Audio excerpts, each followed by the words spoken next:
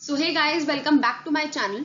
तो आज अपनी इस वीडियो के थ्रू हम कवर करने वाले हैं meaning of cash flow statement और उसकी एक्टिविटीज के बारे में समझेंगे। Operating, financing and investing activities क्या होती हैं। तो चलिए स्टार्ट करते हैं आप आज के अपने इस वीडियो को। कैश फ्लो स्टेटमेंट बेसिकली हमारा एक फाइनेंशियल स्टेटमेंट है। हमने फाइनेंशियल स्टेटमेंट समझी थी which are balance sheet, profit and loss, cash flow statement, notes to accounts. तो cash flow statement companies act 2013 के according it is a part of our financial statements. Cash flow का basically जो terms and conditions है कि कौन सी company को बनाना है, कौन सी कंपनी नहीं बनाएगी, और मतलब बेसिकली ये सब जो टर्म्स एंड कंडीशंस है ये गिवन है अंडर कंपनीज एक्ट 2013। बट इसका जो फॉर्मेट है, फॉर्मेट की बात कंपनीज एक्ट 2013 नहीं करता, जबकि बैलेंस शीट और प्रॉफिट एंड लॉस का जो फॉर्मेट हुआ करता था वो कंपनीज एक्ट के अंदर ही गिवन था, उसके शेड्यूल में गिवन था। बट यहाँ पर हमारा अकाउंटिंग स्टैंडर्ड 3 इससे डील करता है। Accounting standards are basically the standards जो कि institute of chartered accountants of India बनाता है हमारे लिए। इसके अंदर हमारा फॉर्मेट गिवन है अंडर अकाउंटिंग स्टैंडर्ड 3। तो बेसिकली कैश फ्लो स्टेटमेंट होता क्या है, देखो नाम बता रहा है कि कैश फ्लो मतलब कैश फ्लो का मतलब हो गया इनफ्लोज एंड आउटफ्लोज, पैसे का आना और पैसे का जाना। तो इसका मतलब जो कैश फ्लो स्टेटमेंट है वो समराइज करता है, वो दिखाता है हमारे कैश इनफ्लोज को एंड हमारे कैश आउटफ्लोज को, क्लियर, उनको एक जगह पर इकट्ठा करके दिखा देता है। इनफ्लोज का मतलब हो गया सोर्सेज, किस किस जगह से आपको पैसा रिसीव हो रहा है, और आपका बेसिकली आपका आउटफ्लोज हो गया कि कौन कौन सी जगह पर आप पैसे को खर्च कर रहे हो, आप पैसे को अप्लाई कर रहे हो। उसके बाद ड्यूरिंग अ पर्टिकुलर ईयर, हम नॉर्मली हमारा एक फाइनेंशियल ईयर के लिए इन चीजों को बना रहे होते हैं। हमारा फाइनेंशियल ईयर होता है 1 साल का, तो 1 साल के अंदर अंदर हम देखेंगे कि हमने कहाँ से पैसा कमाया और हमने कहाँ पे पैसा खर्च किया है। अच्छा, आपने कैश बुक भी पढ़ी होगी क्लास 11th के अंदर।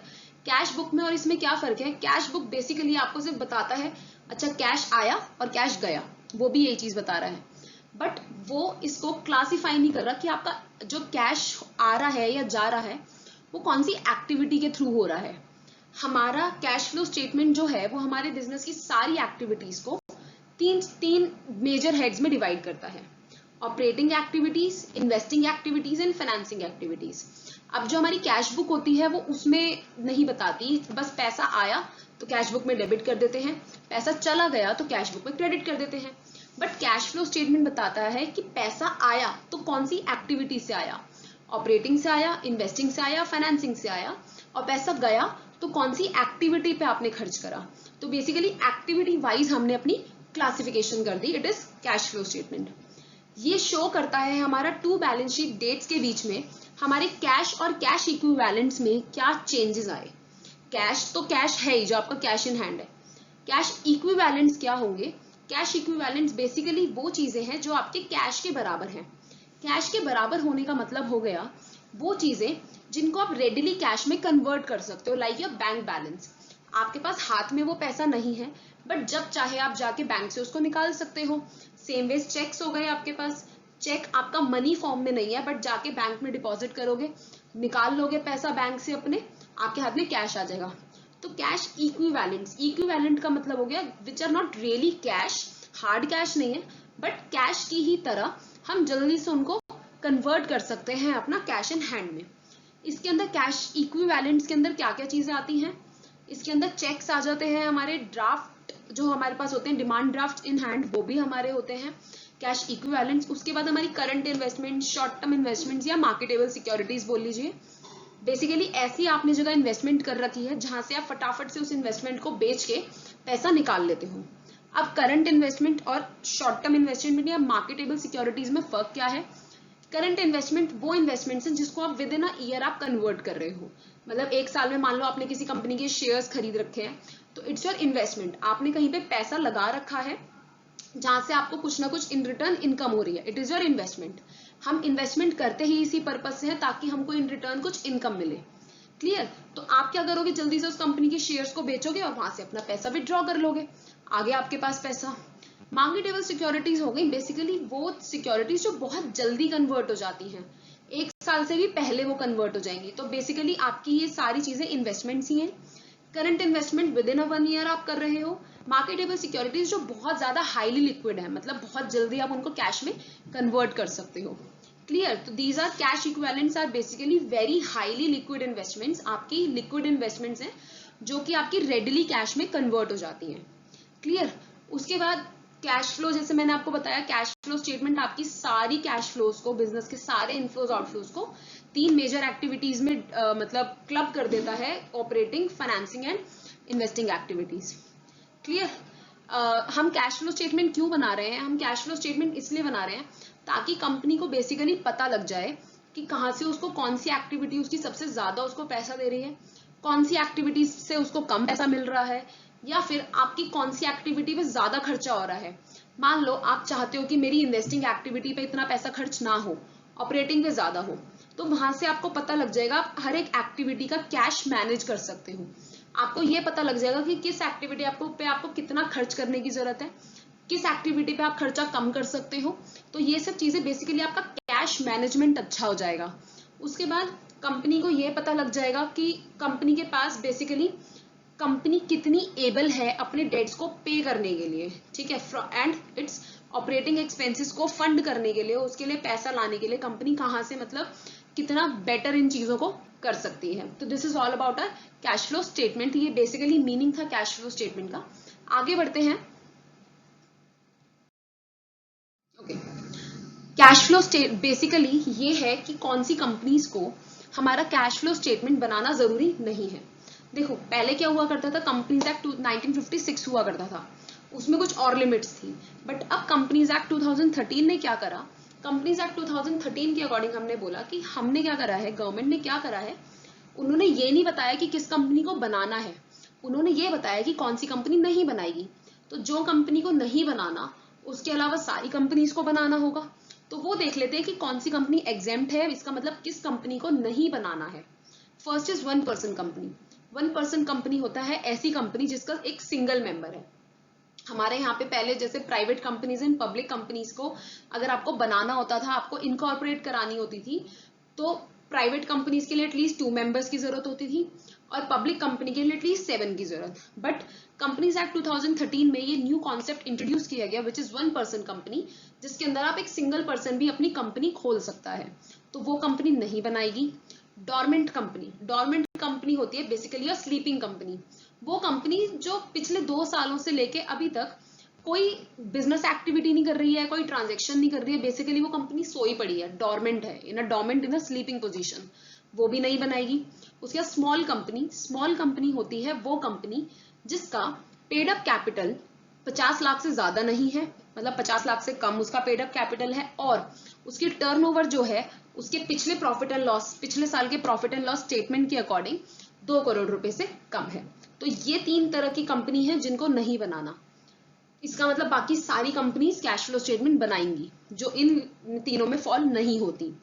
कंक्लूजन यहाँ से क्या निकलता है, यहाँ पे बोला जाता है कि कोई भी जो पब्लिक कंपनी है, चाहे उसकी टर्नओवर ज्यादा ना हो या फिर उसकी पेड अप कैपिटल ज्यादा ना हो, पर उनको कभी भी स्मॉल कंपनीज में नहीं माना जाता। इसका मतलब जो भी पब्लिक कंपनीज हैं उनको तो हमेशा ही कैश फ्लो स्टेटमेंट बनानी ही बनानी पड़ेगी, उनको इन 3 के अंदर रखा ही नहीं गया।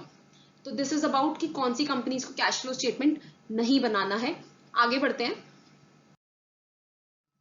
ओके, सो यहाँ पर आ गया cash flow from operating activities. देखिए, ऑपरेटिंग एक्टिविटीज क्या होती हैं? ऑपरेटिंग एक्टिविटीज आपकी वो एक्टिविटीज होती हैं जिनकी वजह से बिजनेस में आपके रेवेन्यू जनरेट होते हैं।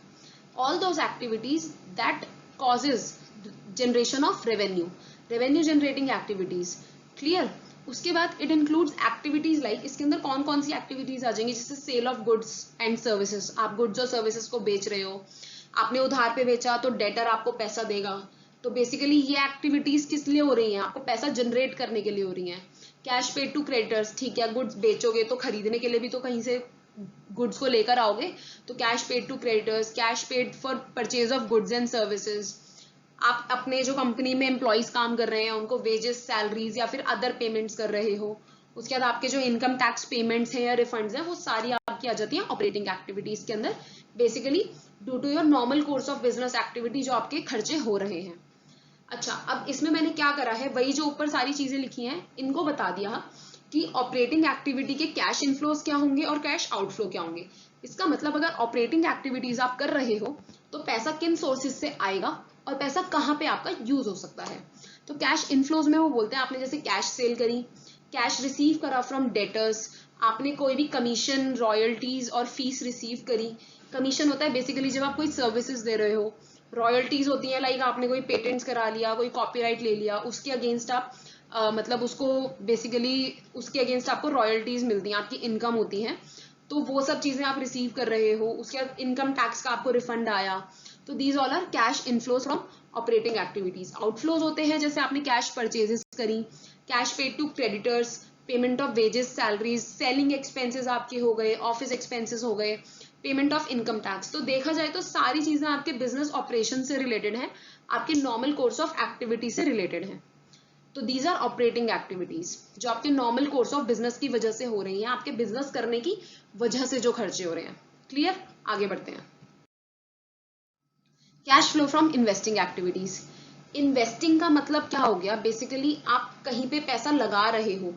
आप लगाते क्यों हो कहीं पे भी पैसा? आप इसलिए लगाते हो क्योंकि आप उससे कुछ ना कुछ बेनिफिट रिसीव करना चाहते हो इन फ्यूचर।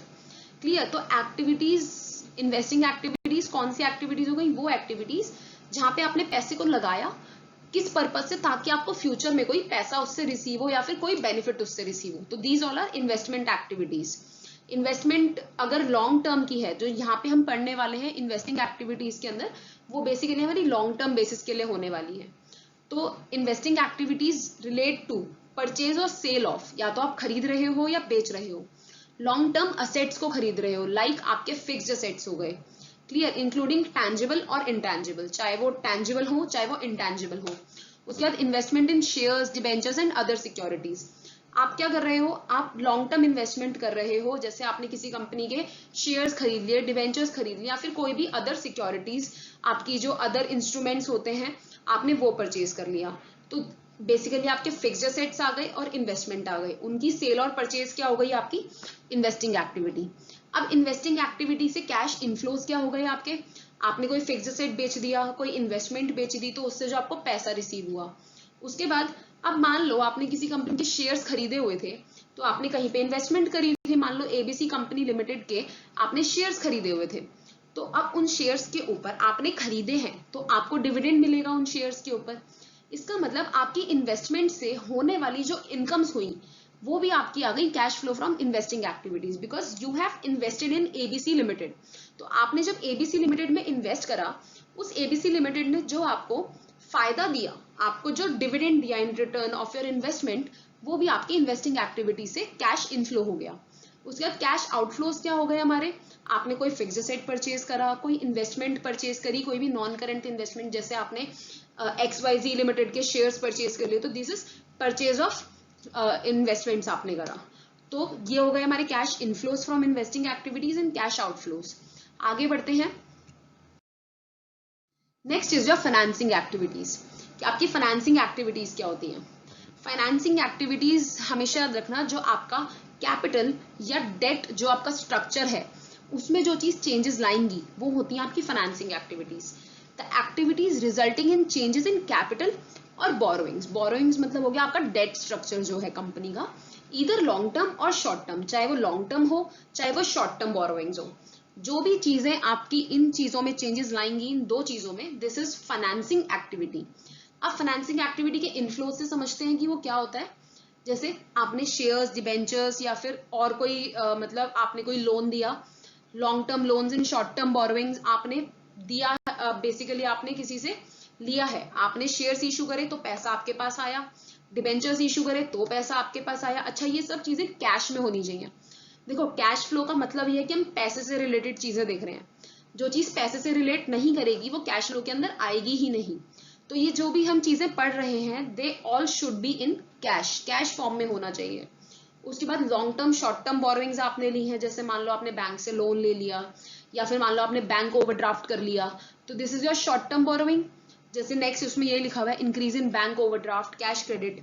जैसे आपने क्रेडिट कार्ड सुना होगा, क्रेडिट कार्ड से आप कैश निकाल लेते हो, ठीक है, आप परचेजिंग कर लेते हो, उसके बाद आपको वो पैसा थोड़े दिन में लौटाना पड़ता है, तो दिस इज कैश क्रेडिट, जो क्रेडिट पे आपने बैंक से कैश लिया है। तो ये शॉर्ट टर्म बोरोविंग्स ही हो गई। तो ये हो गया हमारा इन एक्टिविटीज से कैश इनफ्लो। ये सब बेसिकली एग्जाम्पल्स हैं इसके, जिससे हम समझ रहे हैं कि फाइनेंसिंग एक्टिविटी होता क्या है। कैश आउटफ्लो क्या होगा, आपने शेयर्स इशू करे, डिबेंचर्स इशू करे, आप क्या कर रहे हो, अब उन डिबेंचर्स को, उन प्रेफरेंस शेयर्स को आप रिडीम कर रहे हो, बेसिकली उनसे अपने शेयर्स और डिबेंचर्स वापस खरीद के आप पैसा उनको दे रहे हो। उसके बाद buy back of shares, buy back ध्यान रखेगा, प्रेफरेंस शेयर्स रिडीम होते हैं, इक्विटी शेयर्स का बाय बैक करते हैं हम। तो बाय बैक का मतलब होता है परचेजिंग योर ओन शेयर्स। आपने इक्विटी शेयर्स अपने परचेज करे तो अब आपको पैसा देना पड़ेगा। उसके बाद आपने लोन्स की रीपेमेंट कर दी। आप जैसे हमने इन्वेस्टिंग एक्टिविटी में पढ़ा था कि अगर कोई भी आप इन्वेस्टमेंट करते हो वहां से कोई इनकम आती है तो it is part of your investing activity. Same ways जब आप मान लो कोई लोन ले रहे हो बैंक से, तो आपको इंटरेस्ट भी तो पे करना पड़ेगा। तो जब आपका लोन आपका फाइनेंसिंग एक्टिविटी है तो उसके वो लोन के ऊपर दिया जाने वाला इंटरेस्ट भी आपका फाइनेंसिंग एक्टिविटी होगा। तो पेमेंट ऑफ इंटरेस्ट और डिविडेंड्स, जैसे शेयर्स के ऊपर आप डिविडेंड्स दे रहे हो। उसके बाद preliminary expenses, share issue expenses.